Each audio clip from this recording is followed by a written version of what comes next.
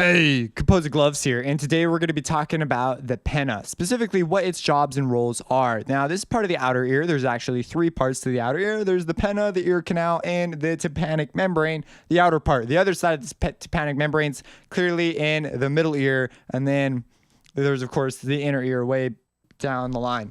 So what is the first thing? It's on the outside of your ear. You ever wonder what it does, why it's there, why some people have bigger ears than other ears, other people's? Is this weird thing, man. So what it does, it's got a couple of jobs. First off, the most obvious one is it collects sound. So sound will come, it'll get collected. And as we talk about acoustics, you'll realize that this is more effective at collecting specific frequencies of sounds than other frequencies. So it's good at doing that. Now, I have to throw two ears into this equation for it to make much sense on why this is so important. So, because there was one day, once upon a time, I believe it was Darwin that said that this thing didn't do anything at one point. I read that somewhere. Maybe I'm wrong. Darwin's tubercle, whatever. I didn't learn all these different parts. You just need to understand the basic idea so that you can move on to hearing. So what this thing does is it collects the sound, sends it down the ear canal, which is right here. And of course, specific frequencies are better at that. Specifically, smaller frequencies whose wavelengths are more affected by things this size. The other thing it does is it takes high frequencies, it'll spread them out. Because high frequencies, what happens is when you hear a sound, it's going to hit your ear, and in certain it will hit one ear before the other almost all the time. It'll be louder in one ear than the other almost all the time. And so, because simply it takes time to get to one ear and the other ear, if it comes from directly in front of you, that'll be different from the side. And what your pinna will do to make it more easy to detect where that sound is it will take it and it will diffuse it. It will spread it out.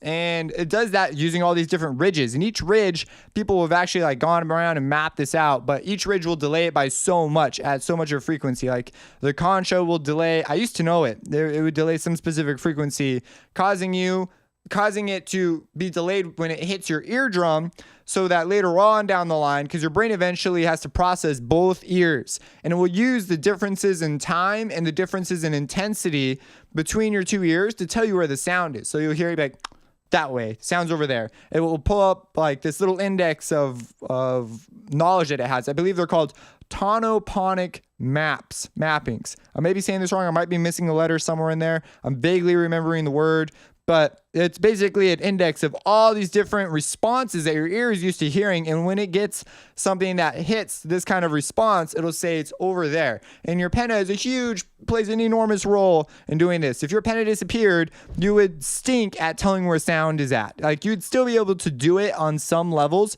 but the thing about spreading out the high frequencies really helps you figure out where stuff is.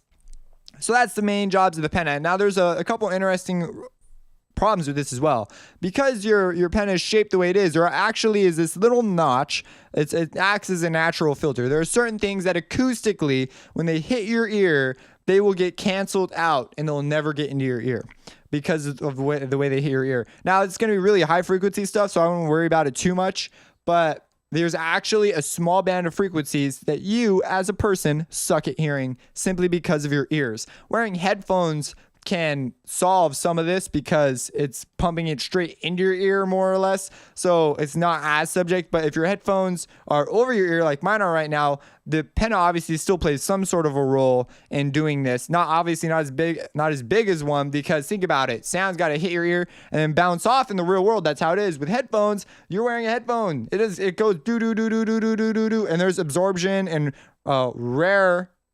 I keep saying refraction. I don't even remember what I was saying. But anyways, it's called rarefaction when it bounces off of something. So there's just loads of stuff that goes on here. So now hopefully you've got the bigger idea. The goal here isn't to explain what every little notch and ridge does. The goal here is for you to get the idea that this thing delays high frequencies and allows you to tell where sound is at. That's its job. So that's that. If you have any questions about this, let me know. Subscribe and have a blessed day.